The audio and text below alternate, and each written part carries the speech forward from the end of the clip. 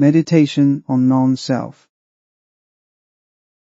Merely knowing the concept of non-self and wishing to eliminate self-grasping is not enough.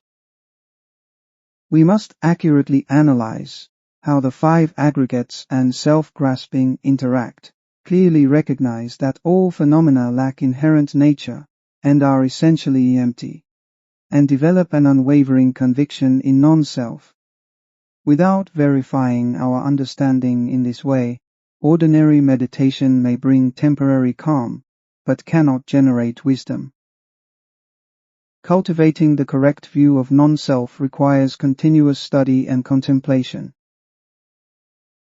Insight and practice must go hand in hand. Only meditation based on right view qualifies as genuine meditation. Otherwise, we won't experience any sign of progress or realization when meditating on non-self. In the chapter on the stages of samatha and vipassana in the Treasury of Knowledge, the first Jamgon Kongtrul Rinpoche said, "How to meditate on non-self. Use wisdom to analyze what non-self truly means. When we are convinced of it, an open and expansive feeling arises." When you are convinced of non-self, by examining your mind, you will find your point of attachment. You will see yourself grasping, clinging to the existence of an I. Look inward, and you can find this attachment. When you close your eyes and perceive no object, self-grasping appears. When the sixth consciousness turns off, you can see the self-grasping of the seventh consciousness. When afflictions like desire, aversion, delusion, doubt, and arrogance temporarily subside, self-grasping becomes visible. When you are convinced of non-self, the self-grasping you see is just an attachment, a deluded thought. As explained yesterday, self-grasping is nothing more than a wrong clinging and an ignorant thought. At that point, your mind feels open and expansive. When tightly bound by self-grasping, you feel uncomfortable. At the very least, your self-grasping begins to loosen. As a result, attachment to mine also starts to weaken, and the mind feels more relaxed. Then, let the mind rest naturally in a state free from contrived effort. The above teachings on non-self may seem simple. However, since beginningless time, the habit of self-grasping has been deeply rooted. Hence, it's not easy to eradicate it. For example, due to unclear vision in dim light, one may mistake a coiled rope for a snake. Now, one wishes to eliminate this mistaken perception. However, even when someone tells them it is a rope, not a snake, the blurred vision prevents one from immediately dispelling the illusion. As a result, the fear of the snake still lingers in the mind. This is because one hasn't confirmed the truth, and one's wisdom is not sharp enough. Such cases happen when we haven't thoroughly understood the truth through analysis. Once we clearly see the rope under bright light and recognize that there is no snake, the attachment to the snake instantly vanishes. The thought that it is a snake is immediately dispelled.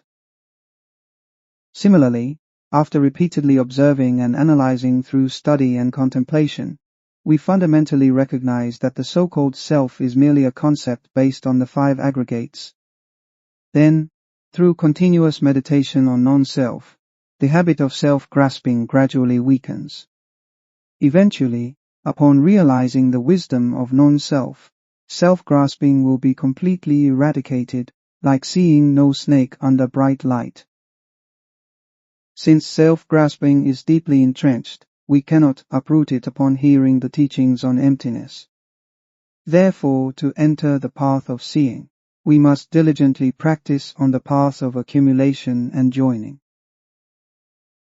During meditation, calm the mind to observe. Analytical meditation is essential.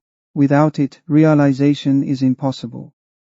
When we listen to the teachings, we gain a superficial intellectual understanding. Only through meditation do we observe and contemplate deeply. First, reflect on multiplicity, which can directly shatter self-grasping. Then, meditate on impermanence and non-self. Next, examine suffering, especially all-pervasive suffering. There is no controller. None of the 5 aggregates can determine their own destiny. None of the manifestations of the 5 aggregates has control. They are driven by other factors, lacking inherent control and freedom. The entire operation of the 5 aggregates is governed by karma. There is no I that controls. Therefore, it's tragic that we live entirely under the control of karma. What we call self-grasping is a wrong delusion, a mistaken attachment. We think there is a self, but actually it doesn't exist. We mistakenly believe in the existence of an I, and think we can control things. This is our biggest illusion. We believe there is a self that can determine its own destiny. For example, when hungry, we think we can find food and eat, assuming this is our autonomy. Actually, it's not. We are mainly driven by karma. We lack freedom. Such a life is meaningless. Although there is no self, we constantly serve the so-called I. We mainly cater to sensations, because we have sensory desires. Humans have many desires. Some are drawn to intellectual pursuits, finding it interesting to ponder questions, forming a karmic tendency. Some literati enjoy writing poetry and painting, developing a habit. Some are fond of contemplation, like philosophers who reflect on life and death all the time. Through such analytical meditation, we can gradually develop a firm understanding. If this conviction doesn't arise, you can spend more time listening to dharma teachings, pray for the blessings of the 3 jewels, and practice guru devotion. Gradually, you will cultivate a firm understanding. After that, you can devote more time to meditating while occasionally reviewing the teachings. At that stage, practice meditation frequently. Upon waking up, first contemplate non-self. While brushing teeth, washing face, walking, and eating, continuously reflect on non-self and emptiness. None of the physical actions is performed by an I, but by the aggregate of mental formations. When thinking, the doers the aggregate of perception. When eating, the doers are the aggregate of feelings, and the aggregate of mental formations. When discriminating, the doers are the 6 consciousnesses, such as I consciousness. When listening to music, the doers are the aggregate of feelings and various consciousnesses, like ear consciousness. The 5 aggregates function and discriminate, but there is no I that controls these actions. All actions are driven by karma. Whenever you have time, meditate in this way consistently. This is the life of those who practice the path to liberation. In daily life, constantly be mindful that the 5 aggregates are not self. After you have become proficient in this practice, you can abide in a selfless state upon sitting.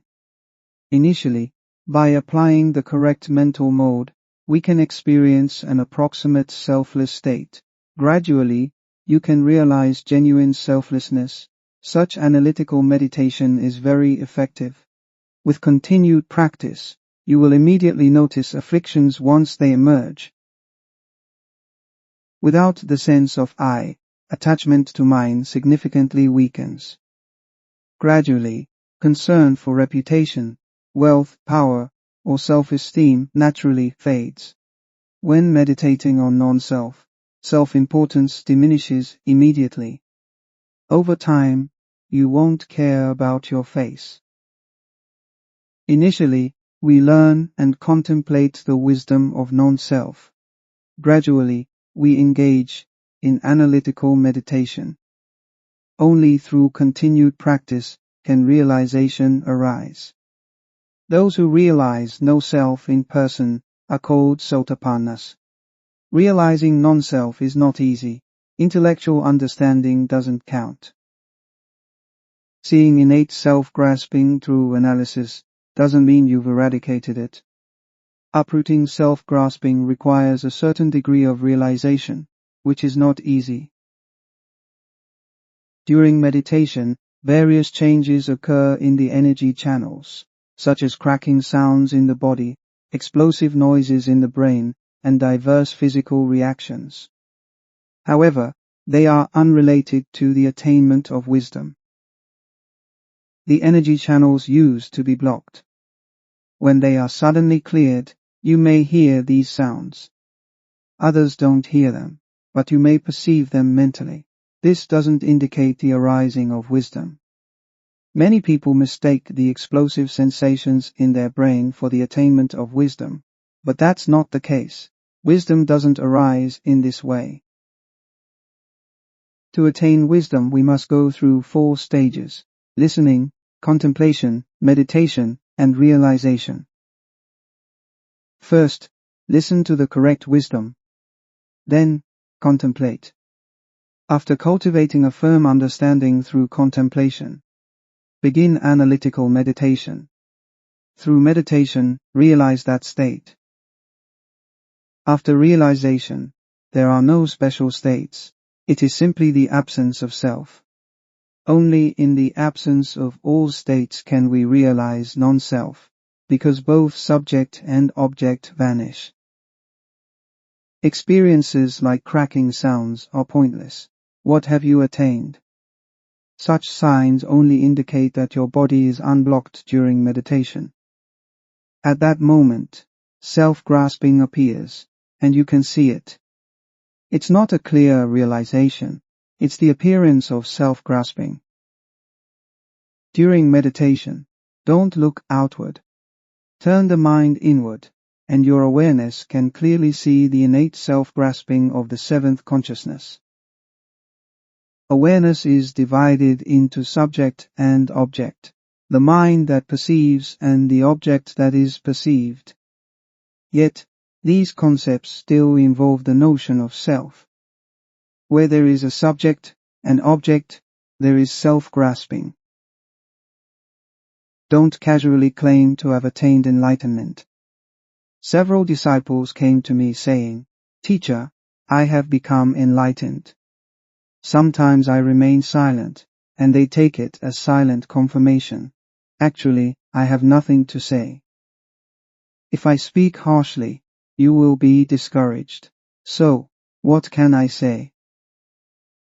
If I remain silent, you should know you haven't attained enlightenment. If you had, how could I not recognize it?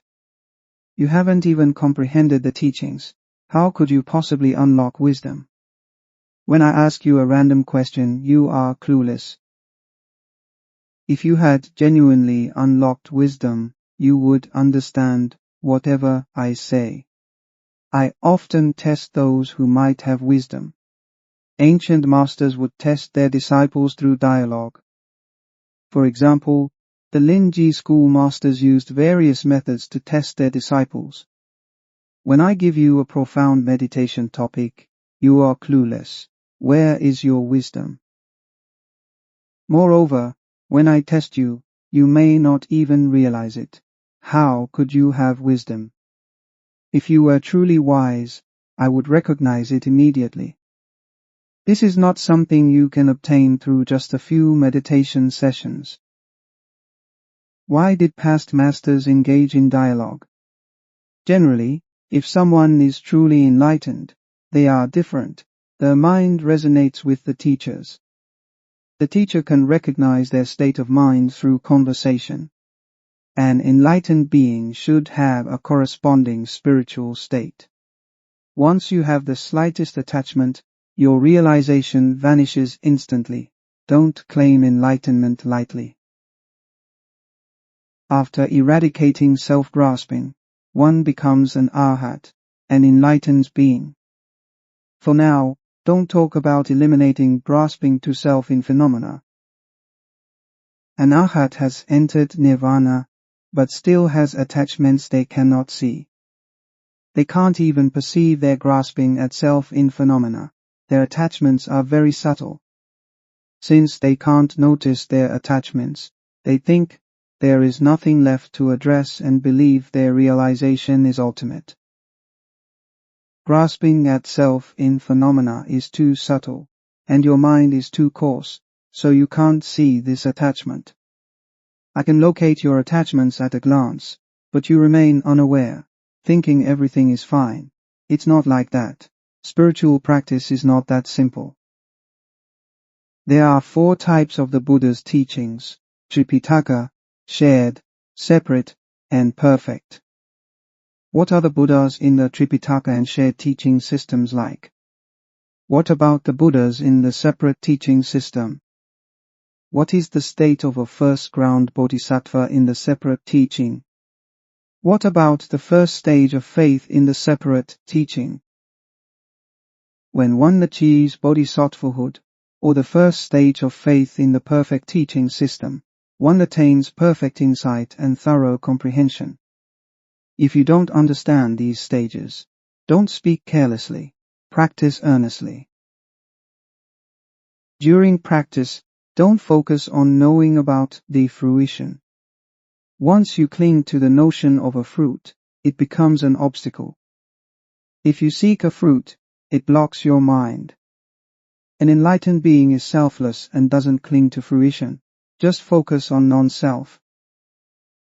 As the Diamond Sutra says about true arhatship and sotapanna-ship, there is no sotapanna, but it is called sotapanna. Sotapanna is just a name. If you are bound by the concepts of fruition or realization, you won't attain enlightenment. A genuine practitioner doesn't cling to the notion of any fruit. Spiritual practice is simply about focusing on what you are doing. When you study, focus on studying. When you take a break, let go of that knowledge.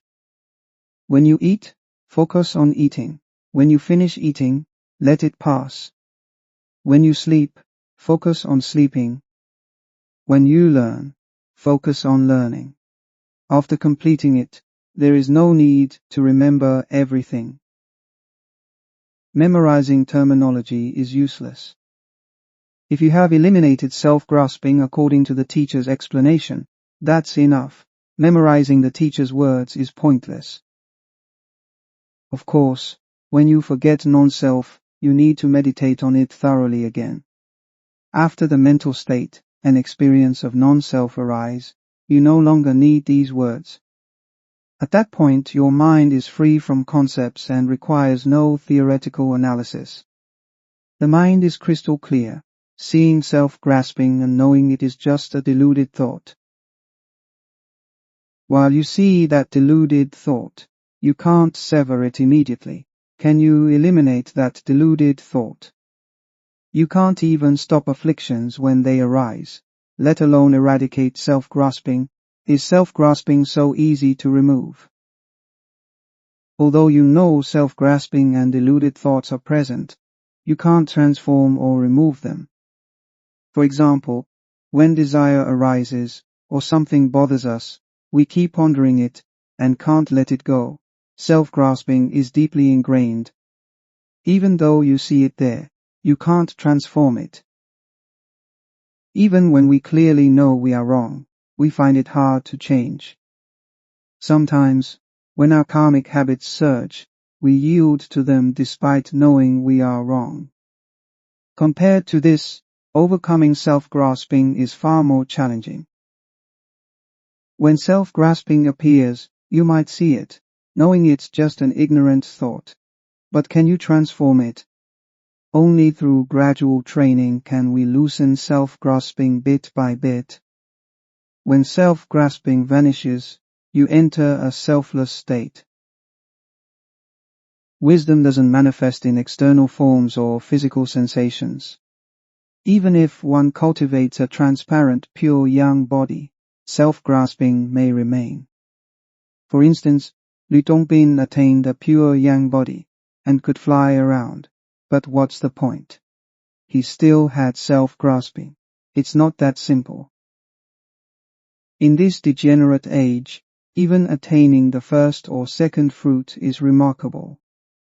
The teacher said, the point where thoughts vanish. Do you know what that means? Can you stop ignorant thoughts? Do you have that power? You can't even sever coarse afflictions, not to mention subtle ignorance and entrenched clinging. Have you eradicated all gross afflictions? It's not so easy. If you had, we would see it at a glance. If you had truly let go, your mind would be empty, and I could recognize it. If you had genuine realization, others would recognize it. Take your time to practice, and don't let arrogance arise. Many people become arrogant and think they've attained realization after reading a few books and understanding a little. In reality, they are far from it. Even in worldly matters, a child may understand some principles, yet an 80-year-old elder fails to embody them. How much more so with the profound wisdom of the Dharma? Could it be that simple? Without long-term practice, even if one gains some understanding, realization won't arise. Without the foundation of study and contemplation, you won't recognize that instant. Ordinary beings also experience a sudden cessation of thoughts when falling asleep. But who can recognize that moment?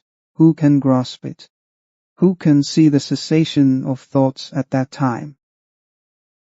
Before falling asleep, ordinary beings experience a moment when all thoughts vanish. Yet, we fail to grasp it, and immediately fall into ignorance. That instant passes in a flash, because our ignorance and karma are too deeply ingrained. First, we should eliminate coarse karmic habits. If you are bound by even these habits, you won't eradicate self-grasping. The teachings say that even bodhisattvas on the 6th or 7th ground haven't completely eradicated self-grasping. Ordinary beings haven't even reached the stage of faith, not to mention the first bodhisattva ground or higher. Reaching the 10th or 7th stage of faith is already remarkable. A bodhisattva at the stage of faith has unwavering faith and is fearless wherever they go. Having an unshakable faith is extraordinary.